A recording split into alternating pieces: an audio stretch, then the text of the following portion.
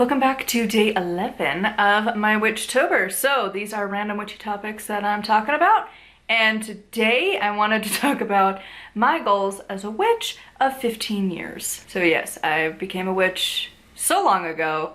I don't typically have young audience peoples, but if you were born then, you make me feel ancient. My youngest two nieces are like teenagers now, and they were born after I became a witch, so I get to feel old with that one. You know, like my witchhood is like getting a learner's permit now.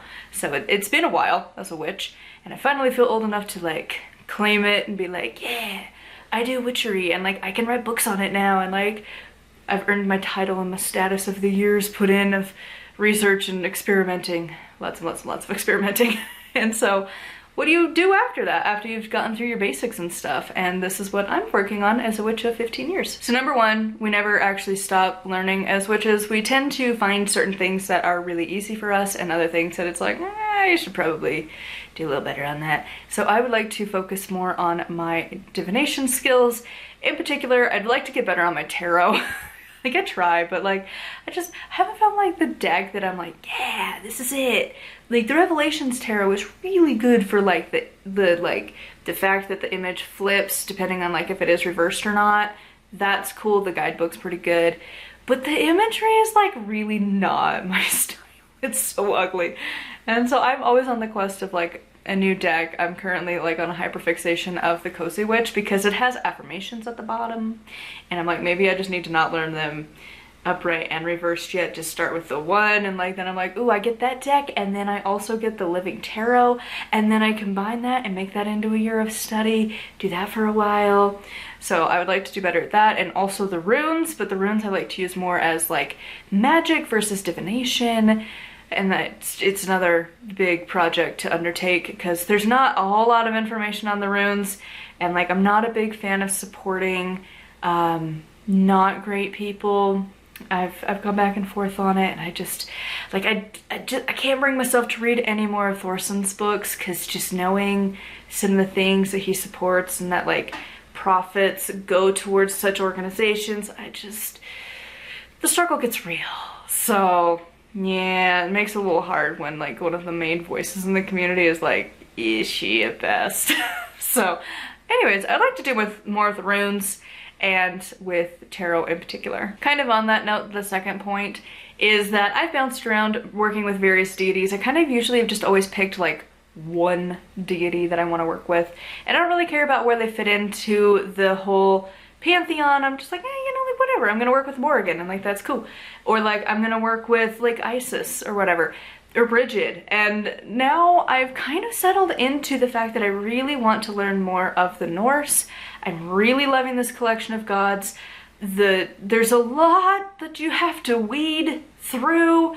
You just need your machete going through the jungle of really toxic, hateful people. But the gods are so fun. I love them. And like, to be honest, like it's such a collection of fun deities that it's like, why do we have to have so many hateful, just awful people here? Because like you've got like the most gender bending god ever, and like really just Loki's fun. Like he causes absolute chaos, but like, you know, if we didn't have such a freaking baggage to come along with the community, like would he not be a fantastic icon to use for Pride Month?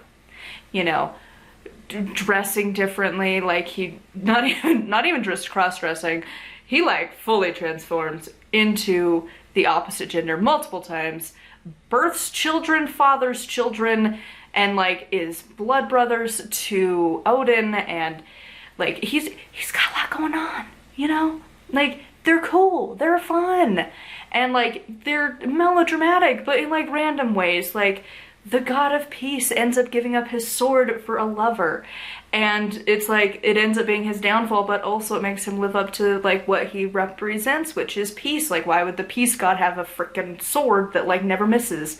You know, like I love these stories. I want to know them more. I want to know these gods more.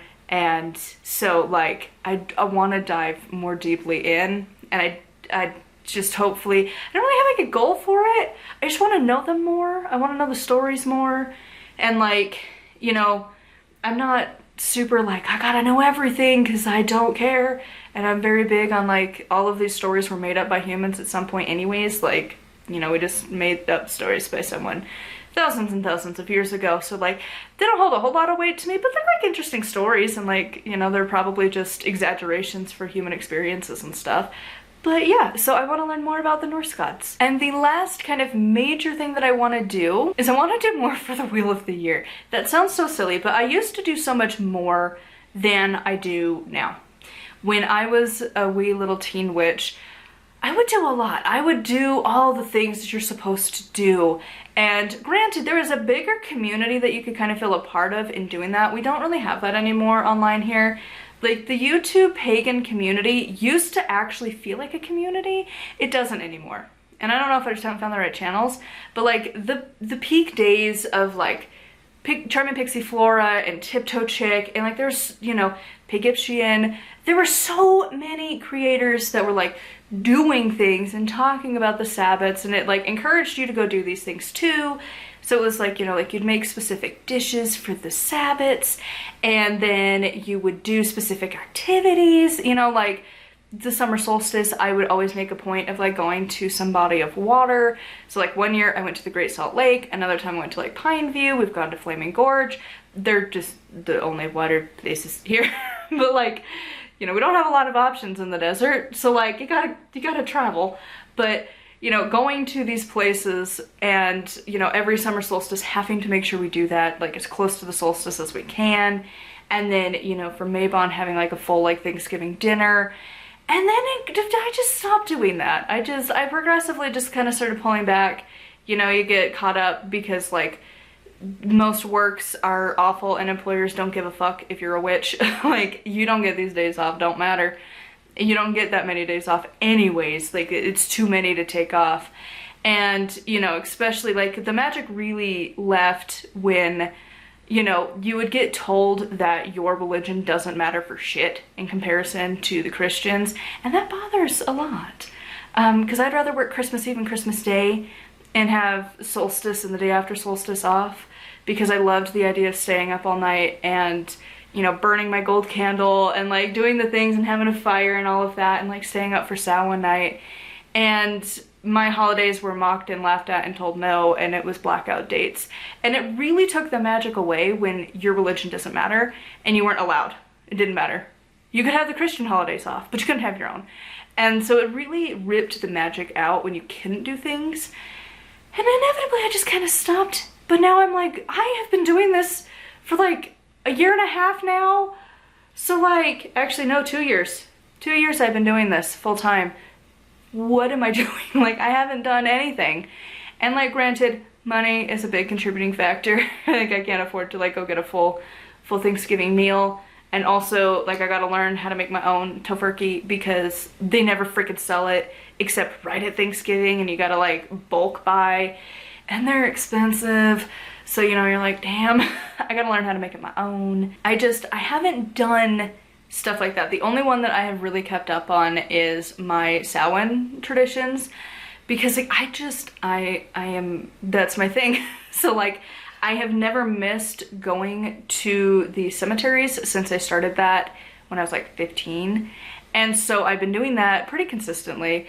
It's had to change over the years, but I still do it every year. But the other holidays, I don't do anything. So I want to get better about that. I want to start doing things and making, you know, special dishes and, you know, just trying to actually do the things for the full Sabbath seasons. And one of my big hurdles was that I never knew like what to do. And I would always feel like I had to make things up every single year because that's just how I am. I always want to do things different. And I'm always like, well, I'm going to do it differently. And like, you know, the traditional Wheel of the Year just is not my thing. And then I now have my own book. So I'm like, I literally have no excuse. I can grab my own book and do it. No excuses. I don't have recipes for everything, but I also have the simple Sabbath that does. No excuse. So I have been trying to do better about it and holding myself accountable through Patreon.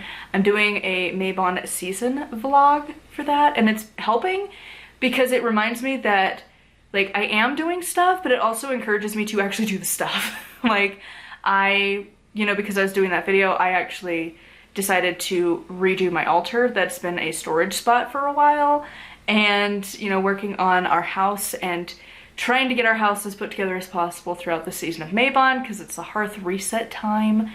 And so like I've been doing a lot of that, and yeah, I want to keep it going, and that's one of my big projects, is doing something for every single Sabbath. So anyways, I would love to know what your witchy goals are, no matter where you're at. If you're in your first couple years or a few or a decade or whatever, what are your witchy goals for this year? I would love to hear it in the comments down below. As always, a huge thank you to my patrons. If you would like to support me and get access to exclusive content, it's patreon.com/nightwillowcrafts. Make sure to like, comment, and subscribe. I post every single day, and until next time, bless be.